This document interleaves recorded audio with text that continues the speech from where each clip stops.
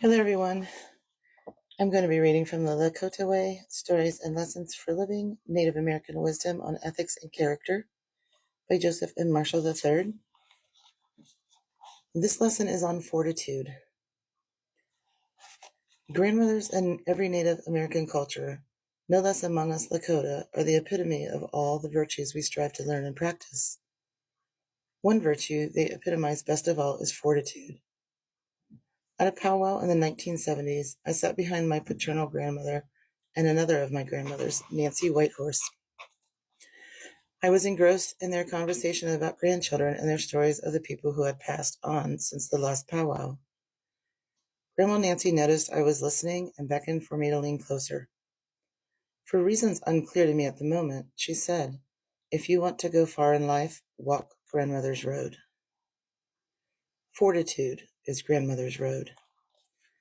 I know now that if we Lakota had not walked Grandmother's Road, that moment with those two grandmothers at the powwow would not have been possible.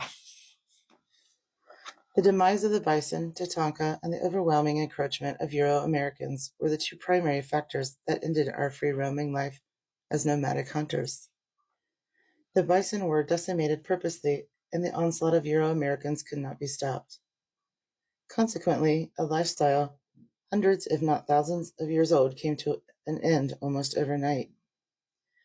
We found ourselves confined to reservations where we not only had geographic limitations to contend with, but also an intensive effort to tear our culture away from us. We were to become farmers, learn the virtues of hard labor, and turn into productive citizens. In the process, our spiritual beliefs were ridiculed and reviled. The new ways were not easy, and though few of us did sincerely embrace them and change, most of us were reluctant. We could not resist militarily, so the only viable option was to go through the motions and make the best of the situation. We had to find a way to resist that would not bring repercussions. The only option was to walk Grandmother's Road.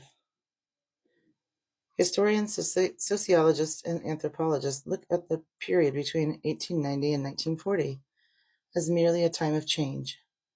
From the viewpoint of the government, the savage Lakota had been tamed, and a concentrated effort was underway to civilize him. No one, as far as I know, took a close look at the emotional and societal effects of change within the Lakota community. If anyone had, it would have been discovered that women were in the forefront of a new order. Traditionally, women were the focal point of family and the comforters and nurturers around whom the family revolved. That role didn't change. Instead, it became even more critical. Women didn't usurp the male's role as head of the family. They were too wise to take away the only responsibility men had left. During one of the most difficult periods in Lakota history, women fulfilled their ancient societal role and saved their culture. They held their families together in spite of the sad fact that children were taken away to boarding schools. A woman who was taken as a very young child to a missionary boarding school remembers lamenting to her mother that no one was permitted to speak Lakota. The dormitory matrons had sharp ears and were quick to severely punish any child caught breaking the rules. The woman's mother gave a bit of simple advice that symbolized an undercurrent of quiet resistance. "Whisper," she said.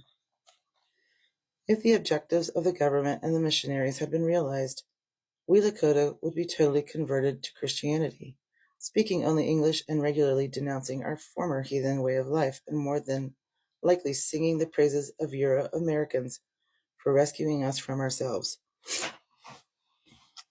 The fact that we still exist culturally has its basis in the quiet fortitude of many of our grandparents and great-grandparents.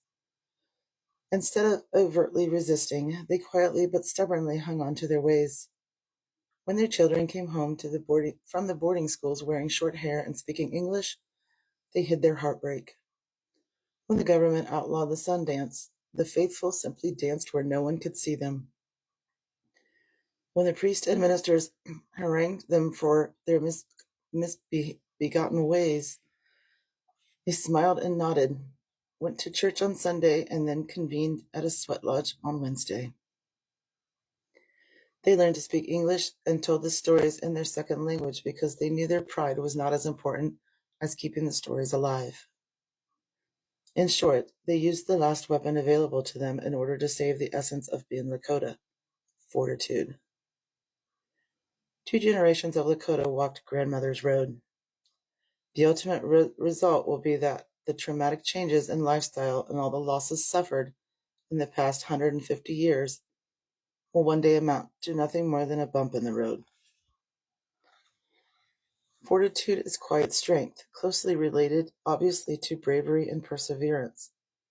Along with bravery, generosity, and wisdom, it is considered one of the 4 greatest virtues. Grandmother's Road is not difficult to find. It is connected to all the other roads in life, perhaps because victory does not always go to the strongest or the swiftest. Those who turn onto Grandmother's Road will find there is no room for impatience or despair, for those who use it do not necessarily move swiftly. Grandmother's Road will, however, more often lead to victory than any other route. Thank you for joining me for another story time with Auntie A. Thank you.